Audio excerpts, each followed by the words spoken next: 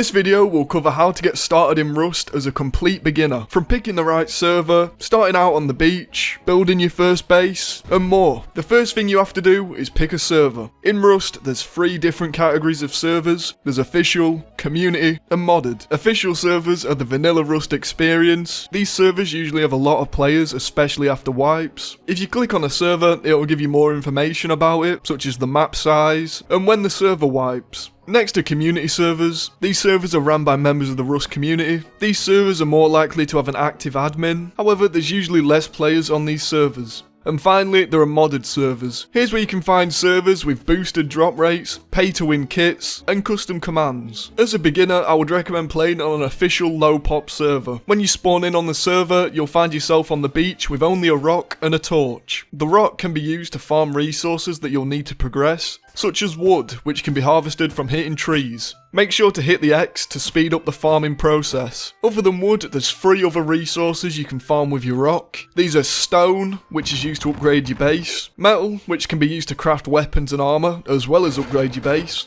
and sulfur, which can be used to craft ammo for your guns, as well as explosives to raid bases. When farming these resources, make sure to hit the spark, as this will speed up the farming process. After farming some wood and some stone, you should now be able to craft a stone hatchet and a stone pickaxe. These can be used to farm resources faster and more efficiently. Another resource you'll come across in Rust is cloth, which you get from picking up hemp fibers. With cloth you can craft sleeping bags, which act as respawn points when you die. You can also use cloth to craft a bow, which is a pretty decent starting weapon. Another thing you can craft with cloth is your first set of armor. When it comes to wearing armor in Rust, there's only really 2 stats that matter. How much projectile protection you have, as the higher this percentage is, the less damage you'll take from arrows and bullets. And the second stat is radiation protection. This is important as some places on the map will require you to have a certain amount of radiation protection to go inside without taking damage. One thing you've probably noticed is your health, water, and food bars. These are pretty important, as if your food and water bars are empty, you'll start losing health, and if your health bar drops to 0, you'll die. One thing you can do to fill these up quickly is to go to a river,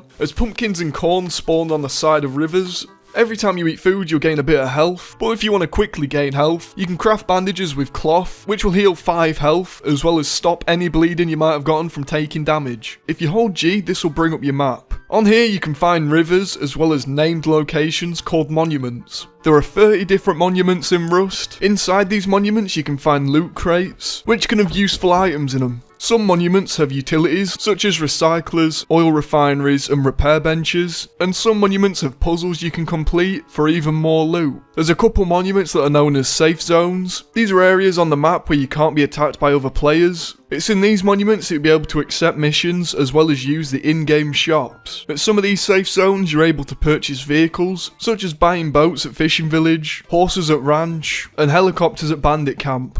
Now you know a bit about monuments, the next thing to do is look on the map and pick a build spot. Ideally, you want to build your base next to a fair few monuments, as this will give you plenty of options on where you can find loot. One strategy I'd recommend as a beginner is to build your base between some monuments and the ocean. If you do this, you'll be able to go farm barrels and crates out in the ocean, which is much safer than doing it at monuments. Once you've picked out your building spot, it's time to start heading over there. I'd recommend not farming too much until you get to your build spot, as if you spend a bunch of time farming just to get killed by another player, you would have just wasted all that time. Instead, what I'd do is try and grab as much cloth as possible, so that you can constantly place down sleeping bags on your way to your build spot.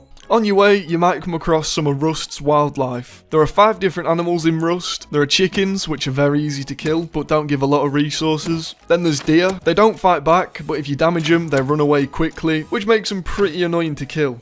And then there's wolves, boars, and bears. All 3 of these are aggressive and will attack you if you go near them. There's a few resources that can only be obtained from animals, such as animal fat, which can be turned into low-grade fuel, which you'll need to craft a furnace. Then there's leather, which can be crafted into armor, and finally there's bone fragments, which can be crafted into bone armor and bone weapons, such as the bone knife. Animals will also drop a decent amount of cloth. Once you reach your build spot, you're ready to start building your first base. To start, craft a building plan and a hammer. The building plan will let you select different structures by holding down right click, and the hammer lets you upgrade these buildings to wood, stone, metal or armoured. Start by placing down your foundations, walls, door frames and ceilings, then finish it off with a door and a lock. Make sure your walls are the right way around, as if they aren't, people will be able to pick into your base. The final thing you need to do to complete your base is place down a tool cupboard. Your tool cupboard is the most important thing in your base, as without one, your base will slowly start to decay. You can put your resources inside your tool cupboard, but just make sure you have enough to cover the upkeep timer, as if you don't, your base will start to decay. One thing I would recommend doing to your base is to add an airlock. Adding this will make it much harder for players to kill you and go deep.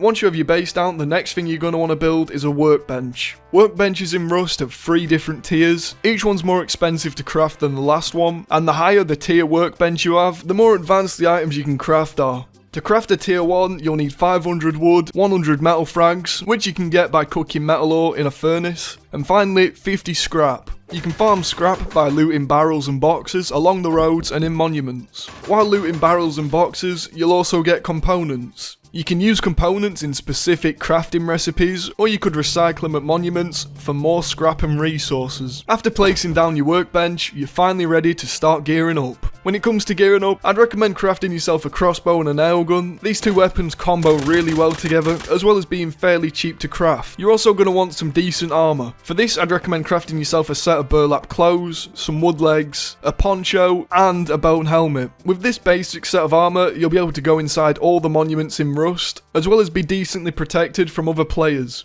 As you progress in Rust, you'll be able to craft better armor.